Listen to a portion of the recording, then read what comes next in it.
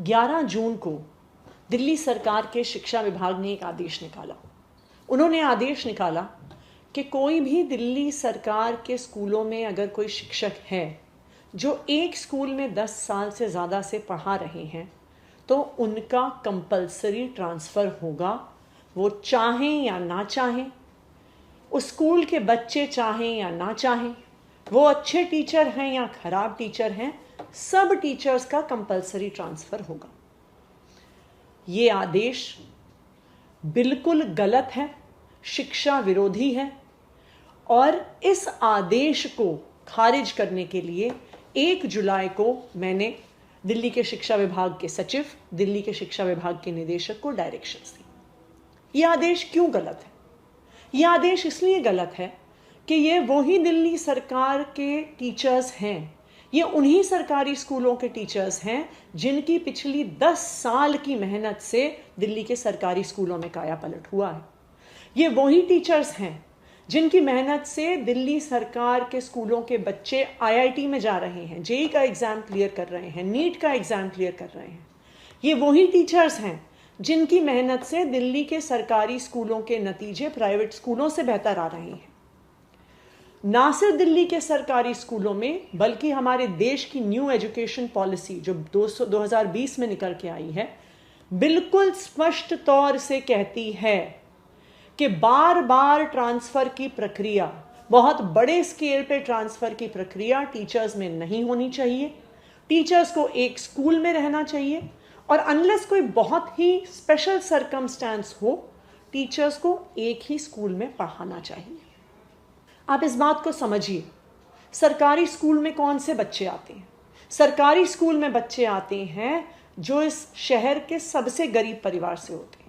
सरकारी स्कूल में वो बच्चे आते हैं जो फर्स्ट जनरेशन लर्नर्स होते हैं। सरकारी स्कूल में वो बच्चे आते हैं जिनके घरों में उनको पढ़ाने वाला कोई नहीं होता। तो सरकारी स्कूल में पढ़ने वाले बच्चों के लिए सिर्फ और सिर्फ उनके टीचर्स उनके एकेडमिक गाइडेंस के लिए, उनको पढ़ाने के लिए, उनको सपोर्ट करने के लिए अवेलेबल है।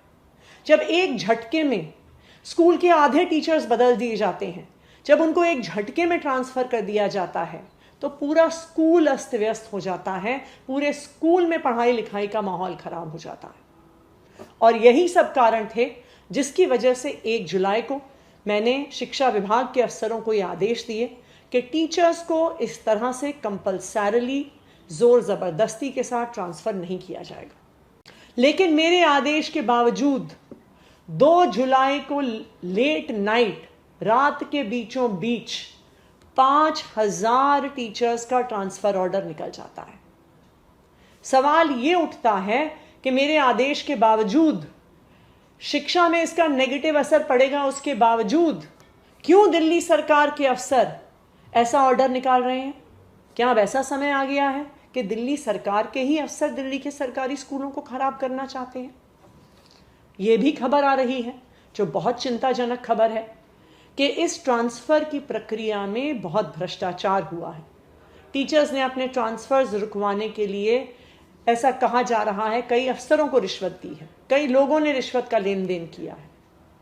ये भी बहुत बड़ा चिंता का विषय है कि अगर शिक्षा विभाग में, वो विभाग जो हमारे शहर के बच्चों का फ्यूचर डिसाइड करता है, अगर वहाँ पर भ्रष्टाचार होगा तो शिक्षा कैसे आगे बढ़ेगी, बच्चे कैसे आगे बढ़ेंगे, उनका भविष्य कैसे आगे बढ़ेगा।